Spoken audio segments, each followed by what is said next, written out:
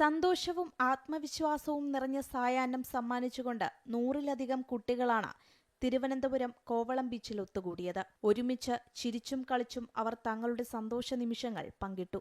ആത്മവിശ്വാസം നൽകി നാവികസേന, കരസേന, വ്യോമസേന ഉദ്യോഗസ്ഥരും ഒപ്പം ചേർന്നപ്പോൾ കുട്ടികൾക്കതൊരു മറക്കാനാകാത്ത പുതിയ അനുഭവമായി.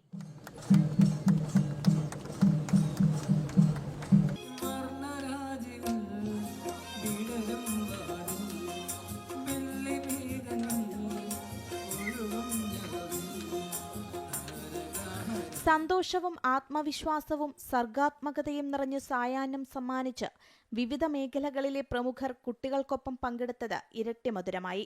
നമ്മൾ സാധാരണ വളരെ ശക്തമായിട്ടുള്ള തിരമാലകൾ വരുമ്പോൾ പേടിച്ചോടാറുള്ള മനുഷ്യർക്ക് വിപരീതമായിട്ട് എല്ലാം ധൈര്യപൂർവ്വം അവിടെ നിന്ന് ഫുൾ മുങ്ങി താഴ്ന്ന് എണീറ്റ് നമ്മൾ ആസ്വദിച്ച് ഹാപ്പി ആയിട്ട് വന്നിരിക്കുകയാണ്.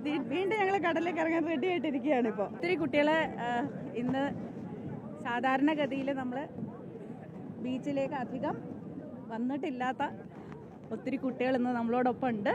അപ്പോൾ ഒത്തിരി സന്തോഷമാണ് അവരോടൊപ്പം ഇന്ന് ഈ കടപ്പുറത്ത് നിൽക്കാനായിട്ട്. തിരുവനന്തപുരത്തെ 2 ബഡ് സ്കൂളിലെ കുട്ടികളാണ് ഇപ്പോൾ വന്നിട്ടുള്ളത്. അവരുടെ ടീച്ചേഴ്സും ഒപ്പം കുടുംബാംഗങ്ങളും ഒക്കെ ഇവിടെ ഉണ്ട്.